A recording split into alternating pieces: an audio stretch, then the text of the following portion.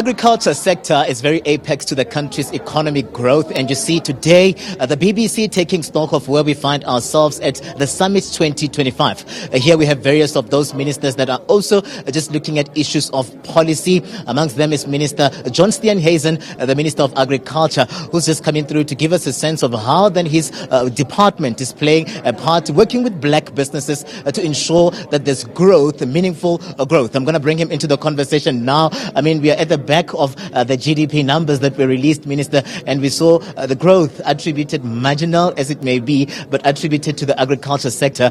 This sector becoming very apex, and we know very well that there have been a lot of noise around what has been happening with farmers, and we find you here today with the Black Business Council, just trying to really usher in a message of concession, to try by all means to have concerted efforts in terms of approaching the economy. Welcome to the SABC. Just give us a sense of how important is it that we see you working with black businesses as a department to ensure that there's growth? Well, I've gone from the White House to the Black Business Council in the space of 2 weeks, so that's quite interesting. But it is obviously very important that as the agriculture space, we work with as many stakeholders as possible to ensure growth and opportunity in the agriculture space.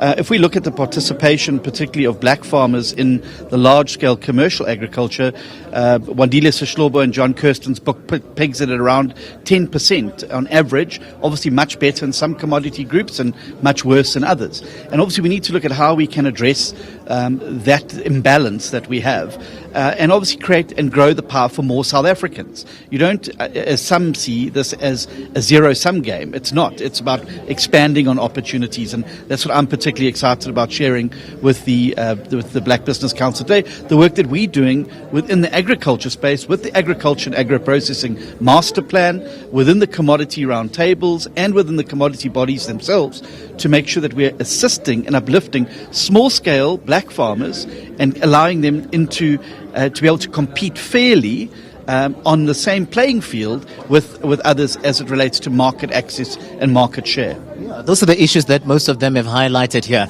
to say that we still have a long way to go. Does the master plan come through with some of those green shoots, some of the issues that would be attended to here, especially in ensuring that there's meaningful participation for black farmers? Because we hear most of them saying that they're still lagging behind. Yes, of course. And I mean, none of us can say we're where we want to be.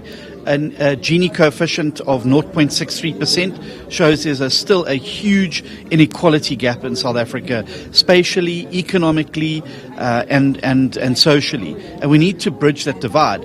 I believe we can do that by focusing on creating equalities of opportunity in South Africa, where everybody gets access to the same opportunities, start up a good education, good healthcare, a good safe neighborhood, and access to decent jobs and the support that we need. And certainly working with the agro-processing master plan, working with the industry levies themselves, where a portion of that goes towards uplifting and supporting small-scale farmers to be able to compete in the market value chains, are all massively with our blended finance scheme that we have in order to access patient and well-priced capital for emerging farmers, absolutely important. And the work the industry itself is doing as well in the empowerment. Organizations like Grain SA, Agri SA and others that are actually on a ground level doing the extension services, partnering and mentoring small-scale farmers to move into the commercial space, I think is going to see that, and that has got to be our challenge. We've got to move that 10% participation rate to at least 20% in the next 5 to 10 years. Yeah, this is also a first for the Government of National Unity. Let's reflect on the GNU almost a year later in terms of where we find ourselves. And I know very well that Apex was putting the economic growth in what you are pushing for as the GNU. Where are we? What would give us a sense of the success of this GNU? Well, I don't think we've got anything to celebrate in the economic growth space at this stage. None of us can sit and look at 0.3% and say that we're happy with that. It's not a good story to tell. And that is why the economic growth agenda and the reform agenda has to now be the number one priority of the Government of National Unity. Every single department, every single ministry should be looking at their particular sector and say, what can we do to cut red tape? What can we do to improve government performance in that sector? What can we do to grow the economy and create jobs leveraging our sector? And we have to do this across the board. If we don't get the economic reforms that we need as as well around key strategic things like the transport, our ports, and that going. If we don't ensure that we are an attractive investment destination, we're going to continue to flounder in this low economic growth. We've got a low growth, high debt, high unemployment problem.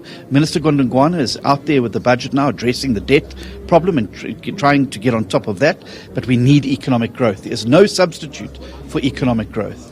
I have to let you go, Minister, but briefly, just give us a sense of where are we right now in terms of aviation flu. There's that playing itself out with food and mouth diseases as well. There's a concern around that. Are we in any way planning in line with some of these developments? Well, for the first time ever, we're going to be doing a mass vaccination of avian flu, and we've been working with the Poultry Association in South Africa to start that, to hopefully contain avian flu before it devastates any of our flocks here in South Africa.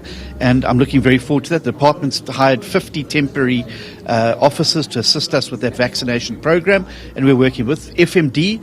The department has set aside 72 million rand to procure vaccines from Botswana. We obviously should be producing our own, but in the short term, we're going to have to get from Botswana. Those will arrive this week, and working again with the Red Meat Industry Services Body, with industry players, as well as some of the feedlots. We're going to start a feedlot vaccination program and start vaccinating in KwaZulu-Natal and using vaccination as an attempt to try and get that under control. However, we do need cooperation, both from the farming sector themselves. Adhere to the rules and regulations around auctions and the movement of animals. I'm publishing and gazetting a new stringent set of animal movement regulations, as well as regulations governing feedlots and auction houses. Those need to be adhered to, and I'll be taking that particular plan to Cabinet in the next fortnight, and obviously calling on the Minister of Police, the Home Affairs Minister from a Border Management Authority, as well as municipal police and traffic services to help us to man roadblocks to ensure that those regulations are being adhered to. Biosecurity has to be everybody's responsibility in South Africa. It's costing us a huge amount of money, A, for the vaccines, but also in lost opportunities for export of our excellent beef products into places like Europe and others. Minister, thank you very much for your time. Everything of the best. Minister Steenhuisen, just giving us a sense of his role here, but you hear him saying there are developments within the agriculture sector, and those developments will come through to help black businesses that are calling for transformation within their space. Katlego Legodi for SABC News in Kempton Park.